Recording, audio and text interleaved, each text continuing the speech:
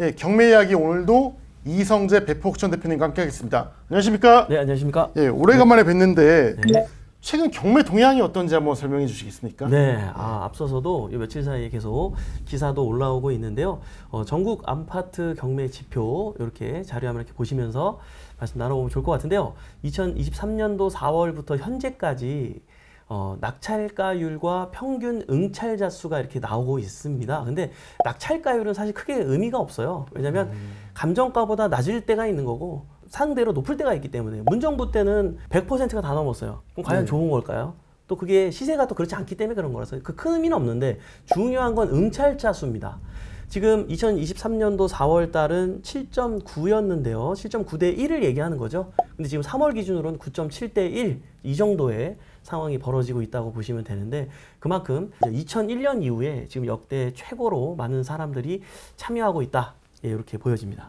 이렇게 많이 참여하는 이유가 그냥 간단하게 뭘까요? 이게 확실히 도매 가격에 살 수 있다는 것을 옛날보다는 많이들 알고 이 정보가 SNS로 많이 퍼져 있다 보니까 확실히 좀 쉽게 접근을 요즘에 많이 하는 것 같습니다. 경매에 대한 저변이 넓어졌다 이렇게 이해하면 그렇죠, 맞습니다. 네. 그러면 한 걸음 더 들어가가지고 뭐 네. 대표님이 물건 많이 보시잖아요. 그렇죠. 최근 뭐 1, 2주 사이에 이 물건 정말 낙찰 잘 받았다 이런 거 하나 소개시켜 주시다면 예, 뭐 많은데요. 예, 대표적으로 요거를 하나 들어드리고 싶어요. 네. 방배동이네요. 네. 바로 뭐 며칠 전에 낙찰받았던 물건인데요. 여기 이렇게 보시면은 1차 금액이 5억 300에 감정되어서 출발했던 물건인데요. 5명이 입찰을 들어왔고 3억 8천, 5만 5천 원에 낙찰을 받았습니다. 지금 현재 시세로는 4억 4천에서 4억 6천 정도에 형성된 걸로 봐서는 굉장히 경매기 때문에 이렇게 싸게 살 수 있었던 거죠. 네. 네, 굉장히 매력적인 가격에 받았는데 이게 뿐만 아니라 더 매력적인 이유는요. 이게 위치입니다. 굉장히 좋은 위치에 있는데요. 위치 자료 지도 한번 볼게요. 네, 여기 빨갛게 표시된 부분에 위치한 빌라 물건입니다. 역세권이네요. 역세권입니다. 네, 이게 뒤에 레미안 원 페를라 아파트가 이제 입주 예정이고요. 또 밑으로 내려오면은 그 유명한 DH 방배 아파트가 재개발 중에 있습니다. 이 주변 일대는요, 새 아파트로 변했을 때 우리 가치가 얼마나 높을까, 이게 재개발에서는 사업성을 다투는 문제이기 때문에 굉장히 중요한데, 일단 이 주변의 아파트들 나중에 충분히 바로 자리 잡게 되면 20억, 조금만 시간이 지나면 20억, 30억도 갈 수 있는 위치에 있는 좋은 아파트 재건축이 재개발이 주변에 있는데 우리 물건 그 근처에 있는 물건이고요. 심지어 그런 것보다도 내방역에서 훨씬 더 가까운 곳에 위치해 있습니다. 이번에 서울시에서도 발표했던 것처럼 역세권 근처 주변으로 사업성이 좋게 좋은 물건을 만약에 재개발한다 그러면 종을 4개나 상향시켜주는 그런 것도 추진해 준다고 했기 때문에 지금 자체만으로도 너무 좋은데 나중에 재개발이 진행된다고 하면 사업성이 너무 좋을 거기 때문에 굉장히 잘 받은 물건이 아닌가. 또 한 가지는 더, 지금 여기 전세 시세로 봤을 때 한 3억대 형성돼 있다 보니까 충분히 이 매물을 가지신 분은 세를 놓게 되더라도 2천에서 4천만 원 정도만 묶이면 10년 정도 충분히 안전하게 좀 바라보면서 가져갈 수 있는 물건이라 돈도 얼마 안 묶이고 미래 가치 또한 너무 좋고 높고 그렇게 좋은 물건이라서 이렇게 좀 추천을 드려봤습니다. 그럼 오늘 좀 본격적으로 알아볼 게 사실 권리 분석이 경매 전부잖아요. 그렇죠. 사실 뭐 말만 들지 사람들 잘 모르는데 여러 가지 권리 분석 용어 중에 이것만은 반드시 확인해야 된다는 걸 하나 알려주신다면요. 그렇죠. 제일 중요한 거 한 가지 말씀을 드릴게요. 먼저 매각 물건 명세서를 여러분들이 꼭 확인해야 된다라고 강조 말씀을 좀 드리고 싶은데요. 지식백과에도 한번 찾아보면 매각 물건 명세서는 법원에서 부동산의 표시, 부동산의 점유자와 점유의 권원, 점유할 수 있는 기간, 차임 또는 보증금에 관한 관계인의 진술, 등기된 부동산에 관한 권리 또는 가처분으로서 매각으로 효력을 잃지 아니하는 것. 굉장히 어렵네요. 그죠? 제가 간단하게 설명을 드리자면 등기부에서 권리 분석을 할 게 있고요. 매각 물건 명세서라는 서류에서 권리 분석을 할 게 있는데 등기에 나와 있지 않은 권리 분석해야 되는 것들은 매각 물건 명세서 확인을 마지막으로 해야 돼요. 그리고 이게 얼마나 중요하냐면 경매 입찰 일주일 전에 이 서류를 담임법관의 도장이 유일하게 찍힌 서류로서 그때 올리게 되어 있어요. 그만큼 중요하니까 담임법관 신중하게 검토하고 마지막으로 올리세요 이런 의미를 담고 있는데 이게 왜 중요하냐면 거기에 말소 기준 권리라는 날짜가 나옵니다. 말소 기준 권리. 예, 네. 예. 매각물권 명세서상에는 최선순위 설정이라고 표현이 나와요.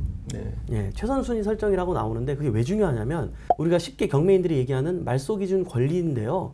그 날짜 밑으로는 낙찰자가 인수되지 않게 다 소멸을 해줘요.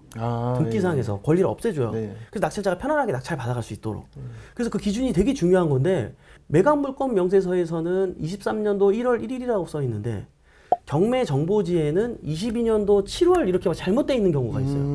네. 늦는 경우가 있고 빠른 경우가 있기 때문에 우리는 그럼 경매 정보지의 서류를 믿어야 되느냐? 그게 아니죠.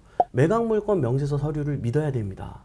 그래서 가끔 이런 실수가 이루어지는 경우가 있기 때문에 이걸 반드시 확인했으면 좋겠다. 이렇게 조언 드리고 싶습니다. 그럼 실질적으로 매각물권 명세서를 좀 간과해서 피해를 볼 수 있는 사례 몇 가지만 말씀해 주신다면요. 배당 요구 종기일이라는 내용도 나오는데요. 네.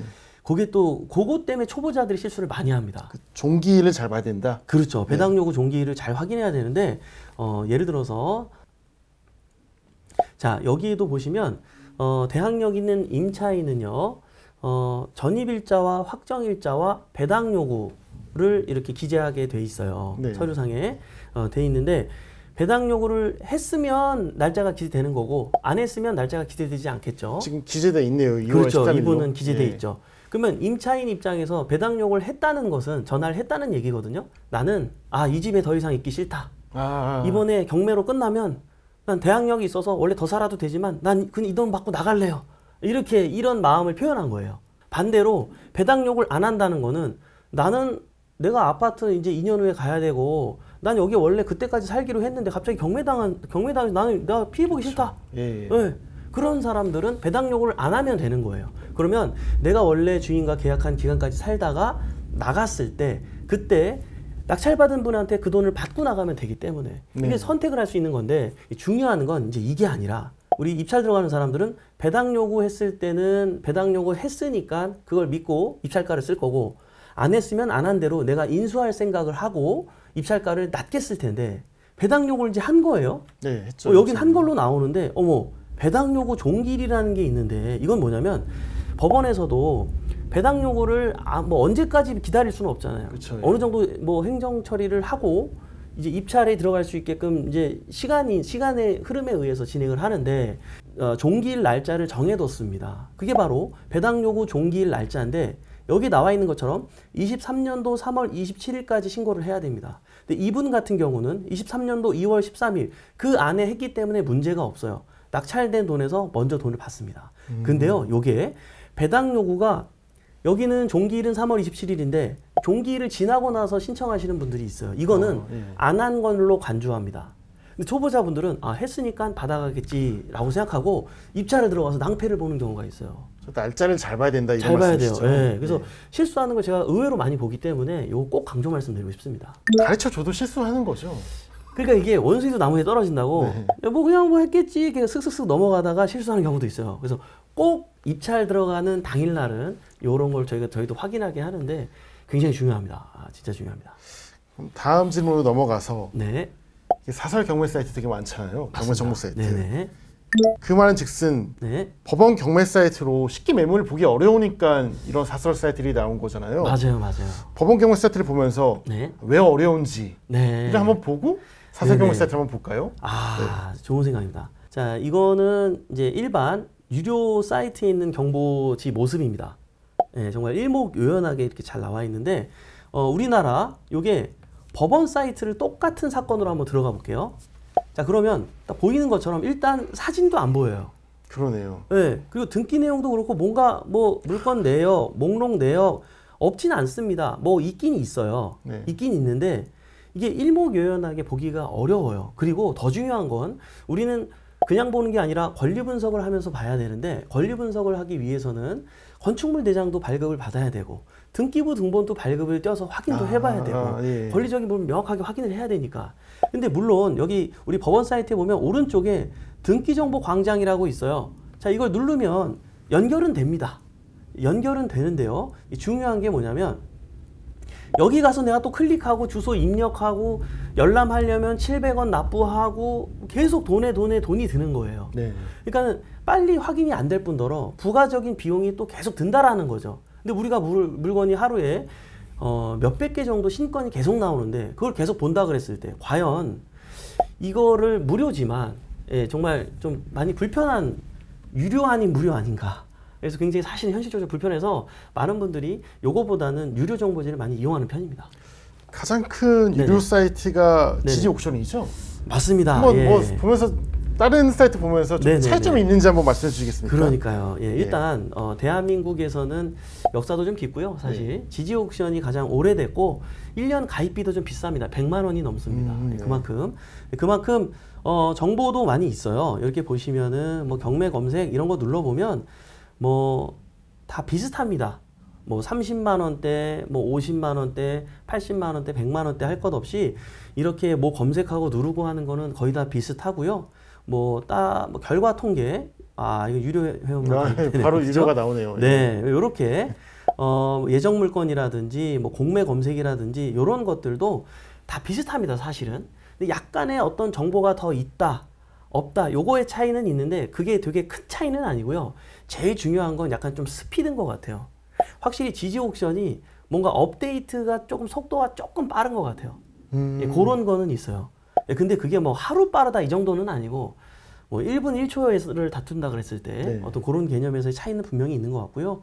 그 다음에 우리나라 대표적으로 두 번째는 옥션원이라고 합니다. 옛날에 굿옥션이었는데 이름이 바뀌었죠. 예, 이것도 보시는 것처럼 경매 검색 누르게 되면 똑같습니다. 비슷하네요. 예, 비슷해요. 예, 카테고리가 거의 비슷하고 근데 어떻게 보면 이런 걸 보면은 이것보다도 지지옥션보다 옥션원이 어떻게 보면 좀 더 심플해요. 굉장히 그러네요. 자주 쓰고 필요한 것만 많이 났기 때문에 예, 어떻게 보면 이게 더 좋기는 한데 이게 또 쓰시는 분들은 지지옥션이 역사가 오래됐습니다. 거기 익숙하시는 분들은 다른 게 또 이상한 거예요. 그렇죠. 예, 그렇다 보니까 이게 확실히 쓰는 분들이 하나 쓰면 계속 그것만 쓰는 경우가 많은데 어쨌든 이런 차이들을 좀 볼 수가 있고요. 예를 들어서 저희 옥션 사이트 같은 경우도 이렇게 있는데 자, 경매 검색해 보면 똑같습니다. 예. 저희도 사실은 좀 편리한 것들을 좀 많이 좀 따라해 봤습니다. 이렇게 네. 따라해 봤는데 이런 식으로 저희 것뿐만 아니라 다양한 금액대의 사이트들이 존재하는데 저는 이제 추천드리고 싶은 거는 처음부터 비싼 거 하기보다는 좀 저렴한 거 찾아서 하시면서 왜냐면 저렴하다 그래서 있을 게 없는 건 아니고 충분히 네. 그 안에서 필요한 정보는 다 얻을 수가 있기 때문에 그렇게 좀 추천을 드리고 싶고요. 근데 확실히 역사와 전통을 자랑하는 지지옥션 네. 나쁘지는 않아요. 그렇죠. 예, 예. 완전 초보자분께서 나는 좀 세부적으로 이것저것 그냥 여러 가지 보면서 하고 싶다 그러면 비싸긴 하지만 그런 것도 뭐 추천하지 않는 건 아닙니다. 대포 옥션은 네. 얼마나 싼가요? 저희는 1년 가입비가 35만 원입니다. 그러면 굉장히 저렴한 편이에요. 원래 후발주자니까 당연히 저렴하게 해야 당연하죠, 되는 당연하죠. 거죠. 예. 그렇죠. 알겠습니다. 오늘 네. 뭐 권리 분석부터 해가지고 네네. 최근 경매 동향까지 봤고요. 네네. 다음 시간에도 또 경매 얘기 더 해보겠습니다. 감사합니다. 네, 감사합니다.